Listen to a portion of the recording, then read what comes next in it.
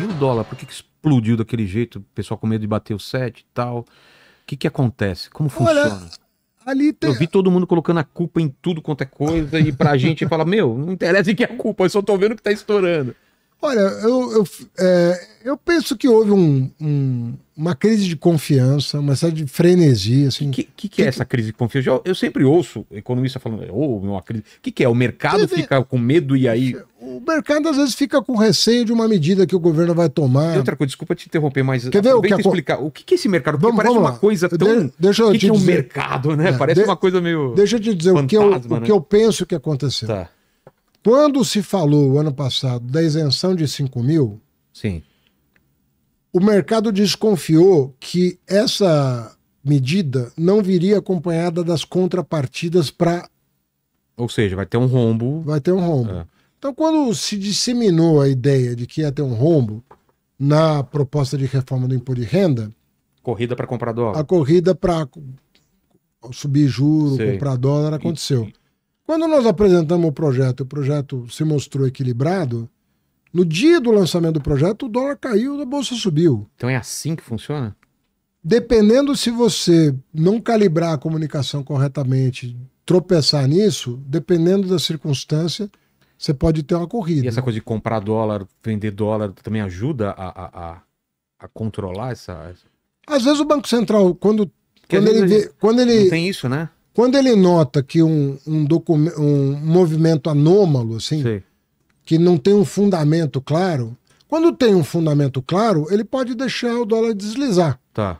Olha, vai deslizar o dólar para 6 e não tem o que fazer, porque os fundamentos da economia são esses. Quando ele derrama dólar no mercado, Agora, quando ele vê que o movimento não tem um fundamento claro, Tá tem estranho. um frenesi, assim, Sei. ele pode vender dólar e até ganhar dinheiro com isso, porque ele vai vender o dólar caro. É. E quando ele for recomprar, ele vai recomprar barato. barato. Então o Banco Central ganhou um bom dinheiro em dezembro. Tem Porque- que ir regulando. Ele ganhou um bom dinheiro, porque tinha gente que começou a disseminar esse pavor, assim, acabou o A mundo. galera queria comprar dólar. Aí teve muita gente que acreditou nessa turma, pagou de 6,30 e agora, se precisar de dinheiro, vai ter que vender a 5,70. Dá pra falar do panorama fora do Brasil em relação ao dólar? Porque tem esse Tem muito medo, também. né? Não, a o China- dólar se valorizou de uma maneira geral no É? mundo. É. E por que isso? Por causa que a taxa de juro que ia cair não caiu. Por exemplo, no começo do ano passado, todo mundo imaginava que o dólar, que o juro nos Estados Unidos ia cair um ponto e meio, 150 pontos básicos, 1,5 ponto. Então a taxa de juro ia cair de 5 para 3,5, de 5,5 para 4. Tá? Tá. Isso não aconteceu, porque a inflação nos Estados Unidos resistia, e resiste ainda um pouco. Então, o chamado orçamento de corte caiu muito. Quando o mundo percebeu que a taxa de juros nos Estados Unidos ia permanecer num patamar muito alto, o dólar se valorizou no mundo inteiro. Entendeu? Mas tem uma preocupação deles também do dólar deixar de ser a principal moeda. Eu não sei se isso é uma coisa que vai demorar muito para acontecer ou se pode acontecer e qual é o efeito, né? Isso é uma longa história, Vilela, de né? como é que o dólar chegou a Essa importância. né? essa importância. Houve um acordo no pós-guerra estabelecendo a paridade do ouro com o dólar, e o dólar passou a ser uma moeda internacional mais ancorada no ouro. Depois deixou. Essa paridade foi foi rompida, rompida em um certo momento. em 1971 ela foi rompida, o dólar se manteve como reserva de valor.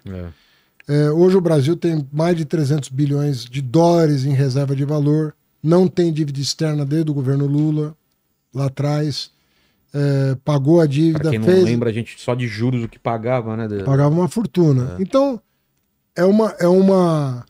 você ter uma moeda como reserva de valor tem muitas vantagens, porque você tem como financiar os seus déficits sem dificuldade, porque todo mundo quer dólar, quer manter o dólar, né, como reserva de valor.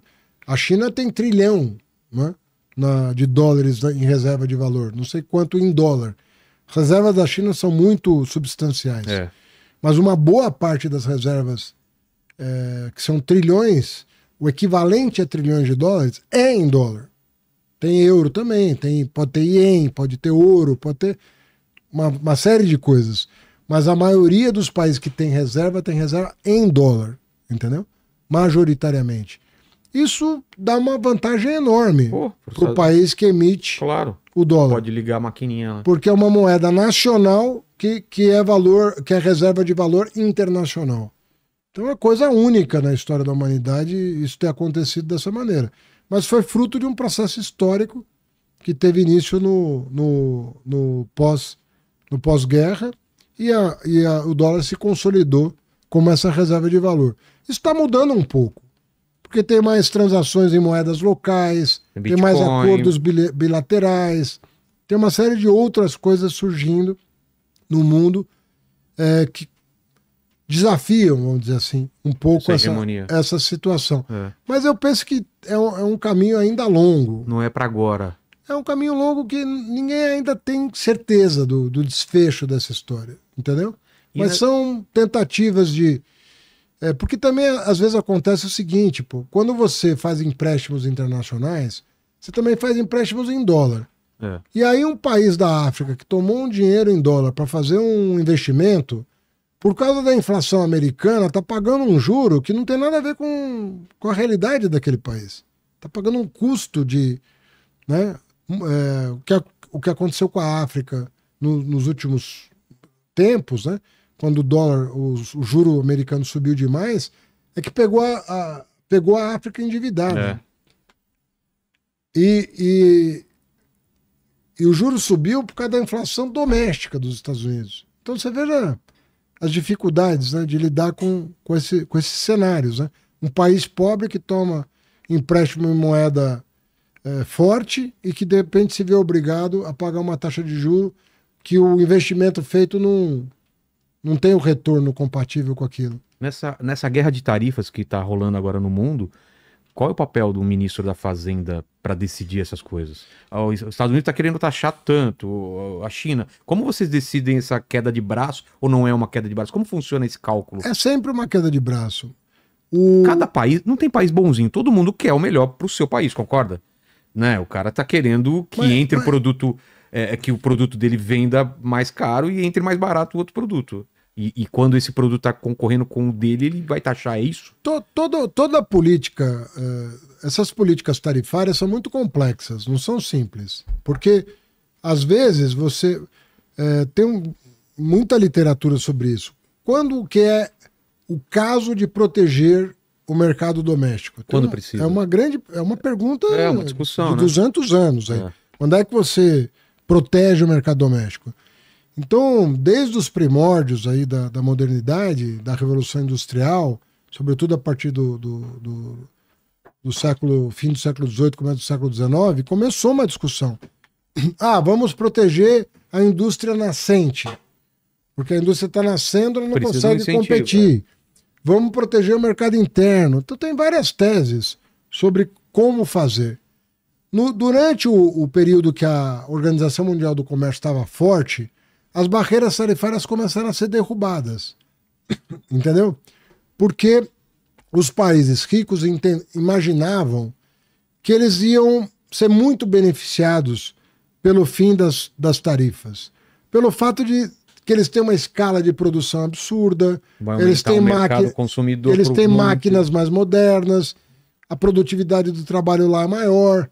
Então o mundo em desenvolvimento não vai conseguir competir com a indústria dos países ricos, então a globalização vai ser boa para os países ricos. Nós vamos comprar insumos e vamos vender produtos industrializados para o mundo inteiro. E tem um lucro absurdo. Não se contar, só que não... Vamos dizer o seguinte, explicaram para os russos, mas não explicaram para os chineses. Esqueceram de explicar para eles como funcionava. Esqueceram de explicar para os chineses não compraram a globalização. E se beneficiaram nos últimos 30, 40 anos de uma escala de produção monumental. Os caras têm 1 bilhão e 300 milhões de habitantes, começaram a receber aporte de investimentos vultosos para aproveitar o mercado interno chinês, para exportar. Hoje a China... Sabe qual foi o saldo comercial da China no ano passado? Não. $1 trilhão em números redondos. Ou seja, o Brasil chegou a ter 100 bilhões de dólares, né? O ano passado 75, o ano retrasado quase 100. A China teve 1 trilhão de dólares de saldo comercial.